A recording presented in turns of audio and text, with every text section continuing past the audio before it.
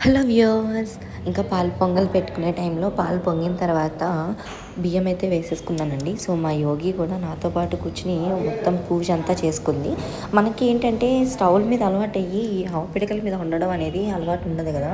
కానీ అలవాటైతే నిజంగా మనం ఆ టేస్ట్‌కి అలవాటు పడితే ఇంకా గ్యాస్ స్టవ్ మీద వండినది ఏది కూడా మనం తినలేమండి. ఒక పక్కన అది కుక్ చేసుకుంటేనే నేను ఇంట్లో సూర్యదేవుడిని ఇట్లా సూర్యదేవుని ప్రతిమలాగా గీసుకొని పూజ అయితే చేసుకున్నాను. ఇంకా పరమాన్నం ఉడికిపోయిన తర్వాత కిందకి దింపేసి, బెల్లం అయితే వేసేసుకొని కొంచెం ఇలాచీ పౌడర్ వేసుకున్నానండి. అయితే నాకు ఎట్లా అంటే, నేను ఎప్పుడు పరమాన్నం పెట్టుకోవాలన్నా కూడా ఇలా ఆవు పిడకల మీద అయితేనే మాత్రమే చేసుకుంటానండి. లేదు గ్యాస్ స్టవ్ మీద అయితే నేను చేయను. ఇంకా చిక్కుడు రథం నాకు రాదండి. మా అమ్మని అడిగి కొంచెం మా అమ్మ హెల్ప్ తీసుకొని చిక్కుడు రథం అయితే పెట్టేసుకున్నాను. ఇంకా పాలు పొంగల్ పెట్టిన పక్కనే ఇట్లా చక్కగా అలంకారం చేసుకొని పూజ అయితే చేసుకున్నాను. కిందటి సంవత్సరం అయితే తులసమ్మ దగ్గర పెట్టుకున్నానండి. కానీ ఈ సంవత్సరం ఏంటంటే తులసమ్మ దగ్గర సెపరేట్‌గా పూజ చేసుకున్నాను. అలాగే సూర్య భగవానుకి కూడా సెపరేట్‌గా నైవేద్యం అయితే పెట్టుకున్నానండి. చిక్కు రసం కూడా నాకు చేయటం రాదు. కొన్ని యూట్యూబ్‌లో చూసి ఒకసారి మా అమ్మని అడిగి అయితే చేసుకున్నానండి. ఇంకా పరమాన్నం అది చిక్కుడాకుల్లో పెట్టుకోవాలి కదా!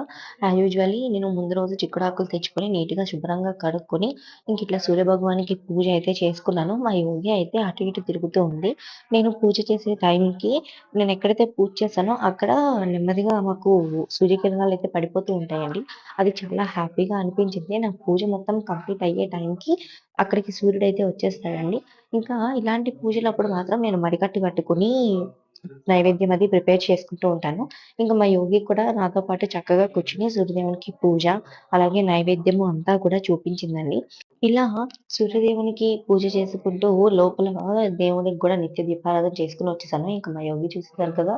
నేను చేస్తానమ్మా అని చెప్పి తనే చేస్తుంది. ఇంకా యాజ్ యూజువల్లీ పూజా విధానం అది అంతా గూడా చేసేసుకొని కొబ్బరికాయి లోపల కొట్టమనంది మా అమ్మ. నేనైతే ఇక్కడ పూజ చేసేసుకున్నాను కదా! అని ఇంకా సూర్యదేవునికి కొబ్బరికాయ కూడా కొట్టేసి చక్కగా పూజ అయితే చేసుకున్నానండి.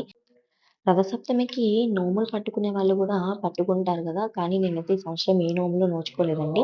ఇంకా ఈ రథసప్తమి మొదలైన తర్వాత మొదటిగా నోము మేము నందికేశ్వర నోముకైతే వెళ్ళొచ్చాము. తెలిసిన అక్క వాళ్ళు చేసుకుంటున్నారు అంటే, ఇంకా చివరగా ఆ సూర్యనారాయణ స్వామికి తాంబూలం పెట్టుకొని చక్కగా హారతి అది ఇచ్చి పూజ అయితే ఇలా కంప్లీట్ చేసుకున్నానండి.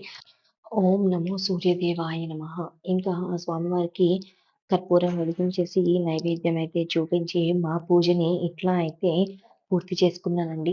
నిర్విఘ్నంగా ఈ రథసప్తమికి సూర్యనారాయణ స్వామికి పూజ అయితే చేసుకున్నాను. సో, మా వీడియో నచ్చిందా అండి? సో, వెంటనే ఛానెల్‌ని సబ్స్క్రైబ్ చేసేసుకో